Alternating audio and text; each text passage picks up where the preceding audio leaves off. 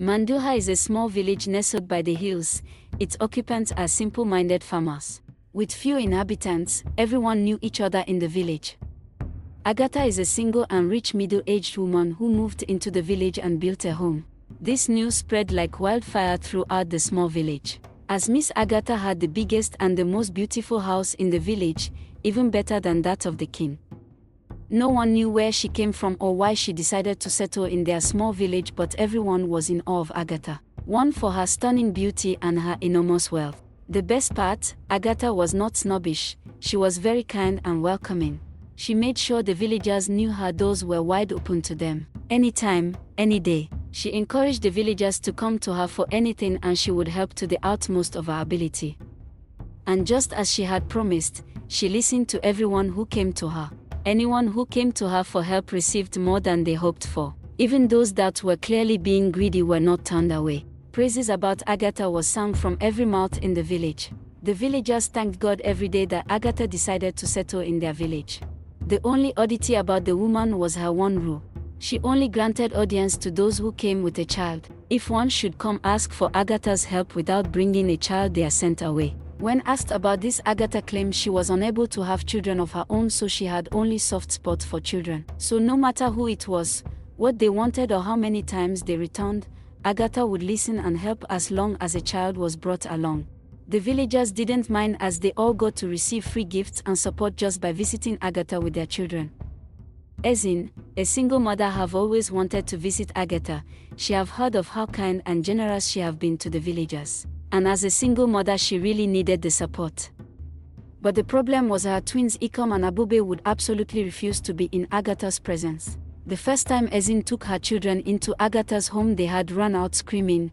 Ezin was embarrassed and apologized profusely to Agatha. Since then, whenever Ezin tried to take her children to Agatha's house, they wouldn't even dare step in and would start shouting and screaming. But unlike what she had feared, Agatha was not offended by her children's behavior, but instead encouraged Ezin to keep bringing her children until they eventually get used to her.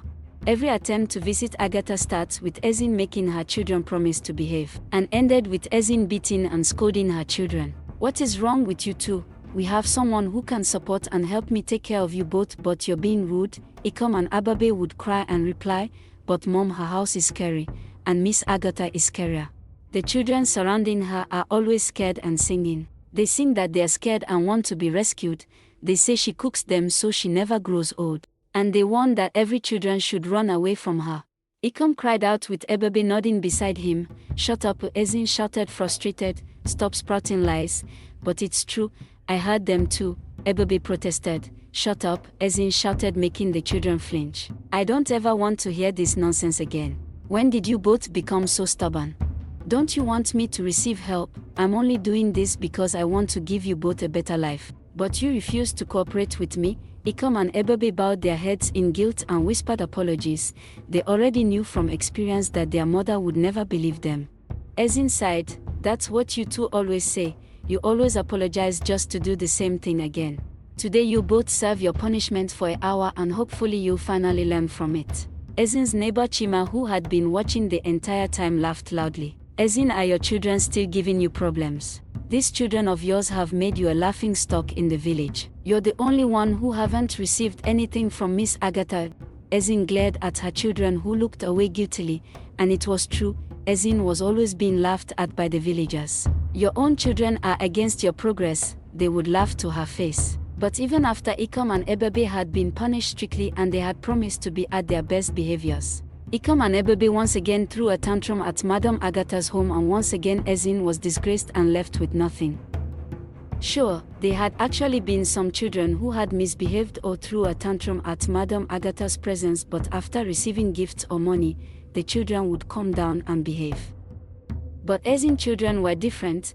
They didn't want anything from Agatha and would not stop crying and screaming till they left her presence. Ezin had no choice but to finally come to terms with her situation. Her children would never cooperate, so she would never receive any assistance from Madam Agatha.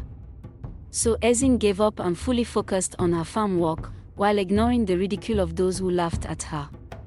One day, Ezin's neighbor Chima received a visit from a close friend. Chima's friend was named Ada. Ada was visiting from another village with her daughter. Ada was very happy to see things was going good for her friend, and Chima excitedly told Ada of the mysterious woman who settled down in their village. She told of how helpful Agatha have been to their village. She sang Agatha's praises so much Ada was intrigued. You should go visit Madam Agatha with your daughter. You can ask for anything and she'll give you without question. No request is too big for Madam Agatha, Chima chatted excitedly. Are you serious? She'll help me no matter what I ask. But she don't know me, I'm not even from this village, Ada replied wearily. As long as you go with your child, it doesn't matter who you are, where you're from or what you want, Chima replied. Ada was still skeptical and cautious, but the temptation was stronger. She wanted to meet this generous angel for herself and hopefully make some request. Ada finally made up her mind, so one evening she went with her daughter to Agatha's mansion. But Ada had been inside for just 10 minutes before she ran out of the mansion carrying her daughter and screaming as if she were being chased by hungry ghosts. Ada running and screams frightened the villagers, but when they noticed no one chasing Ada, they looked at each other in confusion. When Ada finally got to Chima's house, she collapsed in exhaustion, breathing heavily. Chima was shocked to see her friend in that state and rushed to Ada's side. Some curious and some kind-hearted villagers also came to check up on Ada. Ezin was just returning from the farm when she heard ruckus and quarreling from her neighbor's house, so she followed some other villagers to check the situation. When she got into Chima's house, she saw Ada holding a black and white picture, showing it to those who had just arrived. In the picture, a young gorgeous woman was standing next to an old woman. Ezin could not take her eyes off the young woman in the picture, but not just because she was captivated by the woman's beauty, but because the young woman looked a little familiar. But she could not focus on the image long enough, as Ada kept running around the room showing everyone the picture. The woman who had already been there before Ezin's arrival shouted at Ada and tried to hold her down. What's happening here? One of the new arrivals asked in confusion. This woman is crazy. She's desecrating Madam Agatha's good name. Don't even bother listening to her. She's only going to anger you with her blasphemous lies. Ezin and the other new arrivals looked at Ada in shock.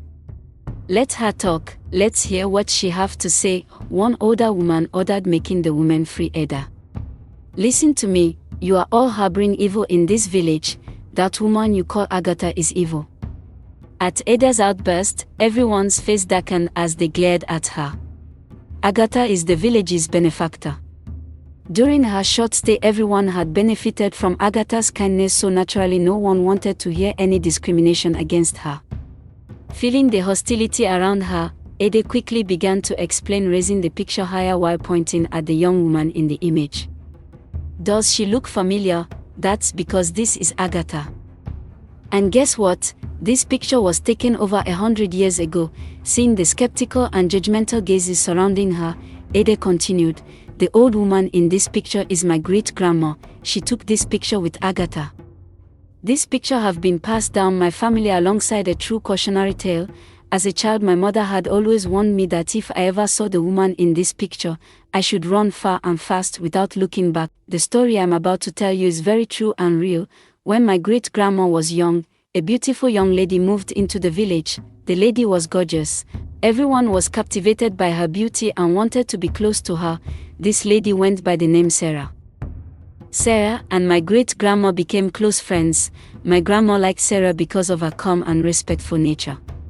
Though stunning, Sarah was not prideful. She was very respectful and treated everyone kindly. Sarah readily gave assistance to everyone and was very helpful. Although lots of men were lining up her door daily, Sarah pushed them all away, not replying to any advances. The village seemed even livelier after Sarah's arrival. The villagers felt truly blessed having Sarah, with her enchanting, ethereal beauty and golden heart. It was like having an angel walk amongst the midst of mortals. The only haunting issue the village faced was the mysterious disappearance of their children. Every once in a while, a kid would go missing and the cries of the parents would sound all over the village. The villagers would conduct a long but fruitless search, as the children who went missing were never found. Years passed and my great-grandma got married and gave birth. Sarah remained single, but they were still very close friends. Soon a mysterious discovery was made by my great-grandma and the entire village. This discovery was that Sarah never grew old. She looked exactly as beautiful and young as she did when she first arrived in the village. Whispers rose around the village, and when asked, Sarah gave no clear answer. Her constant deflections caused more eyebrows to rise.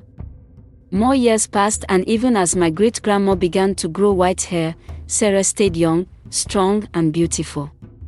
The haunting mystery was Sarah seemed to become younger as the years went by. One day, a secret meeting was called in the king's palace only for the most important elders. At this meeting, some people accused Sarah of being a witch. They were very convincing, even backing these outrageous claims with compelling speculations and unshakable theories. When someone also traced back the missing of children to when Sarah appeared in the village, everyone at the meeting were convinced and horrified. The meeting came to a conclusion with the king ordering a secret operation to capture Sarah and interrogate her. My great-grandma was at this meeting and was horrified. She was the closest to Sarah, so she didn't believe the claims at all. She believed her friend was being framed and took it upon herself to warn Sarah. So she secretly met up with Sarah and warned her about the plan for her capture. Because of my great-grandma's warning, Sarah was able to escape before the king's guard could go in search for her. But although Sarah had escaped, her home was ransacked. The witch's house revealed a macabre secret. Inside were gruesome and heart-wrenching sights. The poor guards who had ventured in ran out retching. Their faces were stricken with horror. The vile and ghastly sights of Sarah's home proved the fear of the villagers. Sarah had truly been abducting the children to preserve her youth. My great-grandma was so overcome by guilt she slumped after hearing the news. Her actions and blind trust in Sarah had caused this. Because of her help, Sarah had escaped the repercussions of her evil deeds and was free to go on with more vile acts. Thank you very much for watching. Please like, share and subscribe to be notified for part 2.